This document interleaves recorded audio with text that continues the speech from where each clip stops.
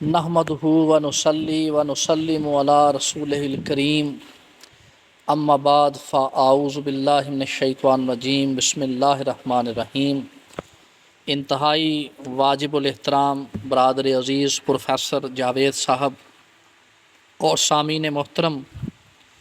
آپ واقعہ کربلا سماعت فرما رہے ہیں۔ گزشتہ قسط میں آپ نے سماعت فرمایا کہ کس طرح امام علی مقام امام حسین علیہ السلام کے جانثاران میں سے ایک شخص نے لشکر یزید پر ایسے تابڑ توڑ حملے کیے کہ ایک شخص نے سینکڑوں یزیدیوں کو واصل جہنم کیا، اور ان کے بڑے بڑے جو سردار تھے اور نامی گرامی لوگ تھے جن کا ذکر کیا جا چکا، ان کو واصل جہنم کیا۔ تو یہ منظر دیکھ کر شمر ذل جوشن، ابن سعد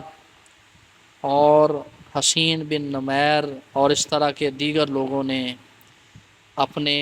لشکریوں کو اور اپنی فوجیوں کو یہ کہنا شروع کر دیا کہ تم نہیں جانتے کہ یہ کون لوگ ہیں،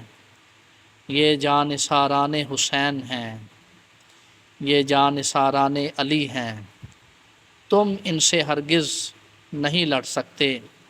اس لیے ایک کے مقابلے میں تھوڑے لوگ نہ جاؤ۔ ابھی تک مقابلہ ایک کے مقابلے میں تھوڑے لوگوں کا چل رہا تھا۔ انہوں نے کہا کہ ایک کے مقابلے میں تھوڑے لوگ نہ جاؤ، بلکہ جماعت کی جماعت ایک شخصیت کے مقابلے میں جائے، اور تم سب مل کر امام حسین علیہ السلام کے لشکر پر حملہ کر دو اور کبھی بھی جمعیت کو نہ چھوڑو۔ اس طرح کی انہوں نے گفتگو شروع کی۔ چنانچہ اس موقع پر عمر بن حجاج اپنے ساتھ موجود لوگوں کو انصار حسین علیہ السلام کے مقابلے پر اکسا رہا تھا اور ان کو ایسی ہی نصیحتیں کر رہا تھا۔ یہ شخص اپنے لشکریوں کو یہ کہنے لگا کہ اے کوفیو اور اے یزید کے سپاہیوں، اپنی طاعت اور جماعت کو نہ چھوڑو۔ جس نے دین کو چھوڑ دیا اور امام کے خلاف کیا، اس شخص کے قتل میں تعامل نہ کرو۔ یعنی عمر بن حجاج وہ بدبخت تھا جو اپنے امیر کو برحق سمجھتا تھا، اور جس کو اس قدر اپنے امیر کے حق ہونے پر یقین تھا کہ وہ جانثاران حسین علیہ السلام کو نعوذ باللہ گمراہ سمجھتا تھا۔ یہ شقاوت اور بدبختی کی آخری انتہا ہے کہ جب انسان اپنے آپ کو گمراہ ہوتے ہوئے بھی عین حق پر سمجھنا شروع کر دے۔ یہ دراصل اس بات کی علامت ہے کہ اللہ تعالیٰ نے اس شخص کے لیے توبہ اور مزید کسی اچھے عمل کا دروازہ بند کر دیا ہے، اور اس طریقے سے اس کے اعمال اکارت کر دیے ہیں کہ اس کو اس کی خبر بھی نہیں۔ جیسا کہ یہ اس بات کی علامت ہے کہ ایسے لوگوں سے اللہ نے توبہ کی توفیق چھین لی ہوتی ہے، اور قرآن مجید فرقان حمید میں جیسا کہ ارشاد فرمایا گیا کہ تمہیں پتہ بھی نہیں چلے گا کہ کب تمہارے اعمال ضائع کر دیے جائیں گے۔ تو یہ ایسا ہی بدبخت تھا جب یہ اپنے لشکر کو اس طرح پکار کر امام حسین علیہ السلام پر حملہ کے لیے اکسا رہا تھا، تو امام علی مقام سیدنا امام حسین علیہ السلام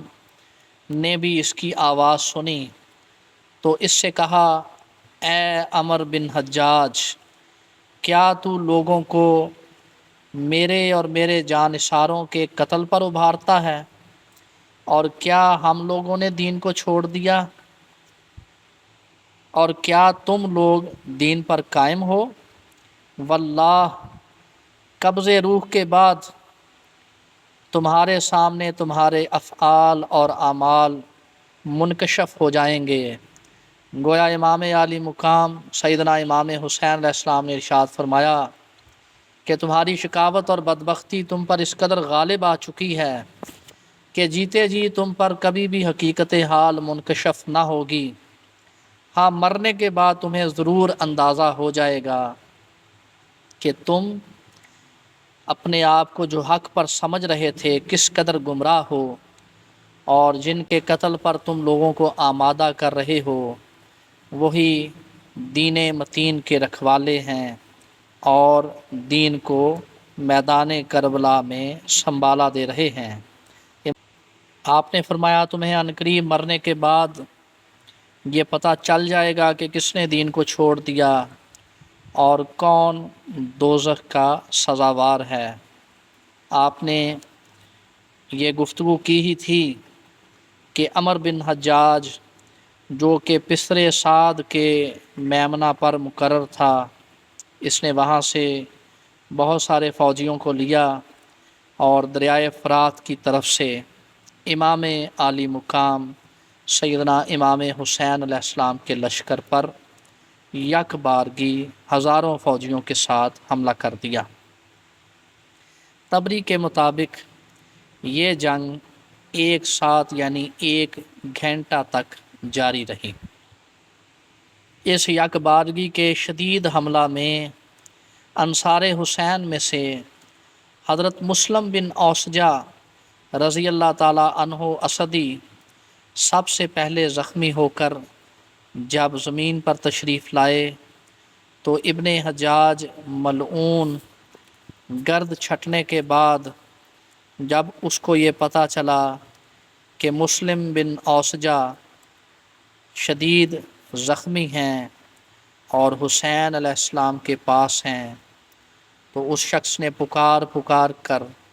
اپنے لوگوں کو یہ بتانا شروع کر دیا کہ ہم نے مسلم بن اوسجہ کو شدید زخمی کر دیا۔ ادھر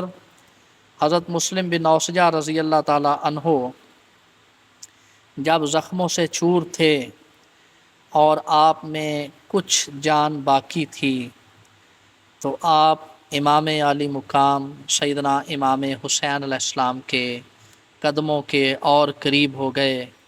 ہم قربان جائیں آپ کی اس جانثاری پر۔ امام عالی مقام سیدنا امام حسین علیہ السلام نے اپنے اس عاشق کو اس طرح زخموں سے چور دیکھا تو آپ کے لبہائے اقدس سے یہ دعا نکلی، اے اللہ ابن اوسجہ پر رحم فرما۔ ابن اوسجہ کے پاس ہی کچھ اور جانثاران حسین کھڑے تھے، ان میں سے حضرت حبیب بن مظاہر رضی اللہ تعالی عنہ حضرت مسلم بن اوسجہ رضی اللہ تعالی عنہ کے پاس تشریف لے گئے اور ان سے عرض کی، اے ابن اوسجہ، آپ کو شہید ہوتا دیکھ کر میرے دل میں بڑا قلق ہے، اور اگر مجھے یہ یقین ہوتا کہ آپ کے بعد میں بھی زندہ رہوں گا تو ضرور آپ سے آپ کی وصیت پوچھتا۔ اللہ تعالیٰ آپ کو بہشت مبارک کرے اور آپ کے لیے آسانیاں کرے۔ اس پر حضرت مسلم بن اوسجہ رضی اللہ تعالیٰ عنہ نے بڑی ہی کمزور اور نحیف آواز کے ساتھ آہستہ سے جواب دیا، اللہ تم کو بھی خیر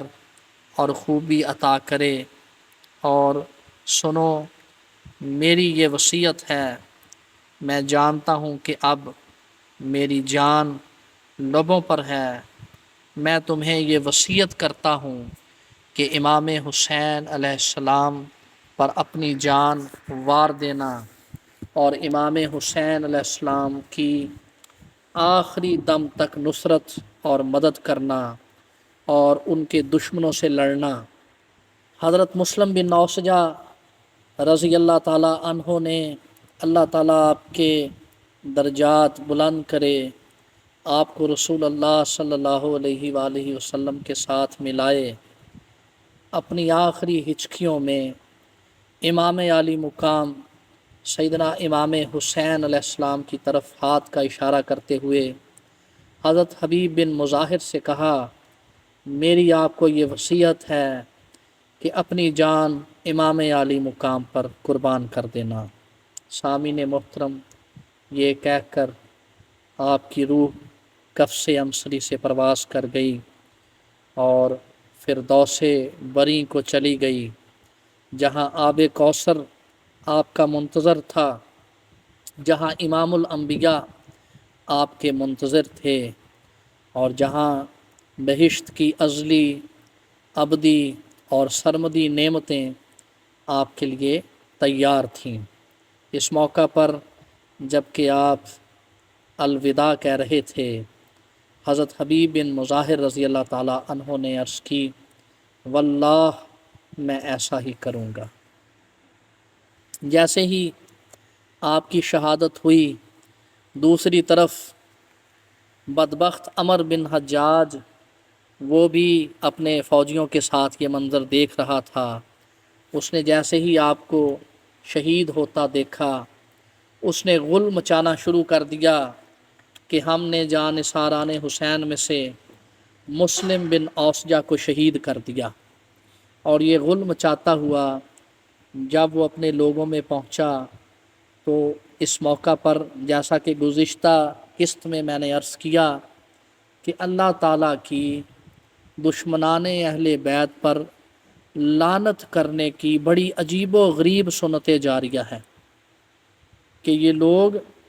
پھر ایک دوسرے کے ہاتھوں سے ہی لعنت میں گرفتار ہوتے ہیں، اور قاتلین حسین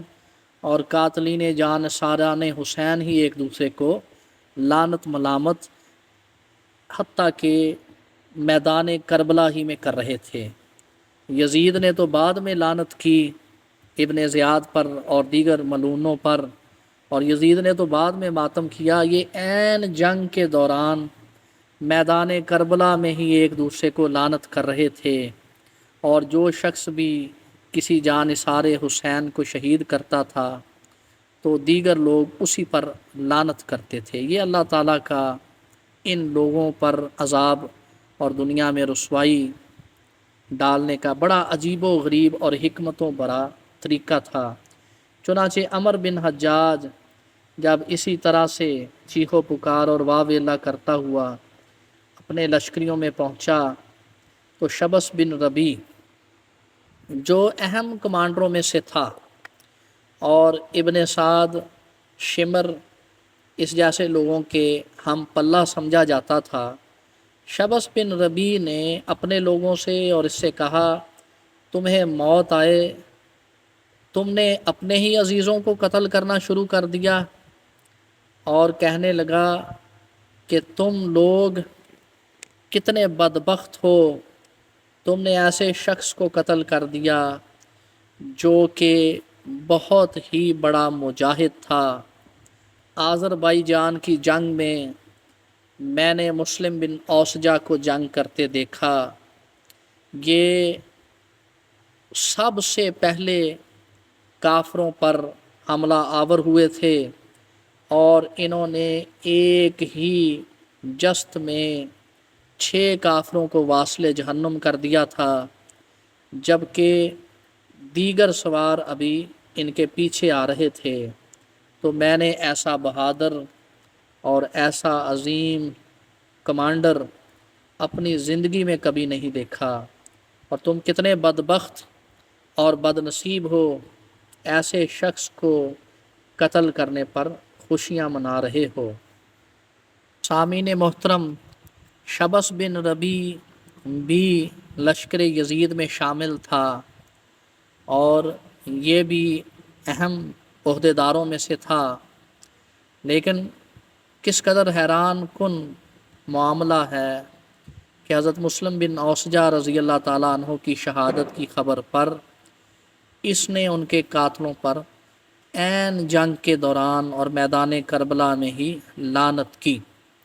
تو یہ بھی اللہ تعالیٰ کی ایک حکمت ہے، اور جیسا کہ میں نے عرض کیا کہ لعنت کرنے کا ایک طریقہ ہے کہ بسا اوقات لعنتی ہی لعنتیوں کو لعنت کرتے ہیں۔ تو یہ بڑا عجیب و غریب نظام ہے اور بڑا حکمتوں بھرا ہے۔ تو سامعین محترم، اس کے بعد شمر ذیلجوشن ملعون نے اپنے میسرہ کے ساتھ امام علی مقام سیدنا امام حسین علیہ السلام کے میسرہ پر حملہ کر دیا، اور چونکہ یہ اب فیصلہ کر چکے تھے یہ بدبخت کہ ہم ایک ایک کر کے کبھی بھی امام حسین علیہ السلام کے جانثاروں سے نہیں لڑ سکتے، اس لیے ادھر سے عمر بن حجاج نے حملہ کیا اور ادھر سے شمر ذیلجوشن نے میسرہ کی طرف سے حملہ کر دیا۔ تو اس حملہ میں امام علی مقام امام حسین علیہ السلام کے لشکر میں 9 محرم الحرام کو شریک ہونے والے، جن کا ذکر ہم گزشتہ اقساط میں کر چکے، عظیم ترین شخصیت حضرت عبداللہ بن عمیر کلبی رضی اللہ تعالیٰ عنہ، جنہوں نے سب سے پہلے 2 غلاموں کو جو لشکر یزید کی طرف سے لڑنے آئے تھے سب سے پہلے قتل کیا تھا، اور اپنی جرأت اور بہادری کی لشکر یزید پر دھاک بٹھا دی تھی، اور بھی کئی لوگوں کو انہوں نے زخمی کیا تھا۔ یہ سب لوگ حضرت عبداللہ بن عمیر کلبی رضی اللہ تعالیٰ عنہ پر پل پڑے اور ان کو شہید کر دیا۔ حضرت عبداللہ بن عمیر کلبی رضی اللہ تعالیٰ عنہ پر لاکھوں کروڑوں اور اربوں سلام۔ اس شہید ناموس وفا پر بے حد و حساب سلام کہ جنہوں نے 9 محرم الحرام کی رات کو اپنی زوجہ محترمہ کے ساتھ امام علی مقام سیدنا امام حسین علیہ السلام کے لشکر میں نہ صرف شمولیت کی بلکہ سب سے پہلے امام علی مقام امام حسین علیہ السلام کی طرف سے یہ یزیدیوں کے مقابلے میں لڑنے کو نکلے، اور انہوں نے بہت سے یزیدیوں کو شہادت سے پہلے واصل جہنم کیا، اور یوں اللہ اور اس کے رسول صلی اللہ علیہ وآلہ وسلم اور اہل بیت کی بارگاہوں میں سرخرو ہو گئے۔ اس موقع پر سیدہ ام وہب رضی اللہ تعالیٰ عنہا نے جب اپنے شوہر نامدار کو زمین پر گرا دیکھا اور زخموں سے چور دیکھا اور آپ کو شہید ہوتے دیکھا تو آپ سے رہا نہ گیا، آپ بھاگتی ہوئیں اپنے شوہر نامدار کے پاس پہنچے جو کہ اب شہید ہو چکے تھے، اور آپ نے اپنے شوہر نامدار کی لاش مبارک کے سرہانے بیٹھ کر گرد و غبار ان کے چہرے سے صاف کرنا شروع کر دیا اور ان کے بال درست کرنے شروع کیے، اور آپ یہ فرماتی جاتی تھیں کہ اے شہید، تم کو جنت میں جانا مبارک ہو، تم کو جنت میں جانا مبارک ہو، ہمارے ماں باپ آپ پر قربان، آپ کی اس جانثاری، آپ کی اس بے مثال جرأت اور آپ کی اس بے مثال وفاشاری اور صدق و ایمان پر ہمارے ماں باپ اور ہم قربان۔ سیدہ ام وہب رضی اللہ تعالیٰ عنہا اس طرح حضرت عبداللہ بن عمیر کلبی رضی اللہ تعالیٰ عنہ کی لاش مبارک سے لپٹی، ان کا گرد و غبار بھی صاف کر رہی تھیں، اور ساتھ ساتھ ان کو بہشت میں جانے کی مبارکباد بھی دے رہی تھیں۔ اس موقع پر شمر ذیلجوشن ملعون، جو کہ جانوروں سے بھی بدتر اور دنیا کا ذلیل ترین شخص تھا، اس شخص نے شمر ذیلجوشن ملعون نے ایک غلام جس کا نام رستم تھا، اس بدبخت سے اس بدبخت نے کہا کہ کیا دیکھ رہا ہے، فوراً ان کو قتل کرو۔ تو اس بدبخت رستم نامی شخص نے سیدہ ام وہب سلام اللہ علیہا کے سر اقدس پر وار کیا، جس سے آپ وہیں شہید ہو گئیں۔ انا للہ و انا الیہ راجعون۔ یہ کس قدر خوش نصیب جوڑا تھا جنہوں نے امام علی مقام سیدنا امام حسین علیہ السلام کے قدموں میں جام شہادت نوش کیا، اور دونوں نے ایک دوسرے کے بعد جان اللہ رب العزت کے حوالے کی۔ یہ کس قدر خوش نصیب تھے کہ ذریت رسول اللہ صلی اللہ علیہ وآلہ وسلم کی طرف سے یہ میدان جنگ میں آئے، اور ایک ہی دن میں 9 محرم الحرام کو یہ آئے، اور 10 محرم الحرام کو ہی آسمان والوں اور زمین والوں کے لیے رہتی دنیا تک قابل رشک بن گئے، اور فردوس بری میں بھی ان کو اللہ رب العزت امام علی مقام امام حسین علیہ السلام کے ساتھ جمع فرمائے گا۔ اللہ تعالیٰ کی بے حد و حساب رحمتیں اور سلامتی ہوں اس عظیم ترین جوڑے پر، اس عظیم ترین خاندان پر، جنہوں نے خاندان اہل بیت پر اپنی جان نچھاور کر دی، اور جن کا صدق، جن کا یقین اور ایمان رہتی دنیا تک عاشقان اہل بیت کے لیے مشعل راہ ہے۔ چنانچہ سیدہ ام وہب رضی اللہ تعالی عنہا بھی وہیں اپنے شوہر کے ساتھ شہید ہو گئیں۔ یہ نہ صرف شہیدان ناموس وفا ہیں، بلکہ ان دونوں کا آپس میں ساتھ بھی حق پر تھا۔ دونوں ایک ہی ساتھ اس دنیا سے فردوس بری کو تشریف لے گئے۔ یہ کمال کی عشق و وفا کی لازوال داستان ہے۔ اس لیے بارہا یہ فقیر عرض کر چکا کہ واقعہ کربلا جہاں اور بہت سے پہلو رکھتا ہے، وہاں ایک پہلو یہ بھی رکھتا ہے کہ واقعہ کربلا عشق و وفا کی ایسی انمول اور لازوال داستان ہے کہ اس میدان کربلا میں ساری امت مسلمہ کو قیامت تک کے لیے عشق و وفا کا سبق 72 شہداء نے بار بار اپنا خون دے کر پڑھایا ہے۔ اللہ تعالیٰ کی بے حد و حساب رحمتیں اور سلامتی ہوں اس عظیم ترین اور مبارک ترین جوڑے پر۔ سامعین محترم، ہم کچھ واقعات کا ذکر انشاءاللہ اگلی قسط میں کریں گے۔ والسلام۔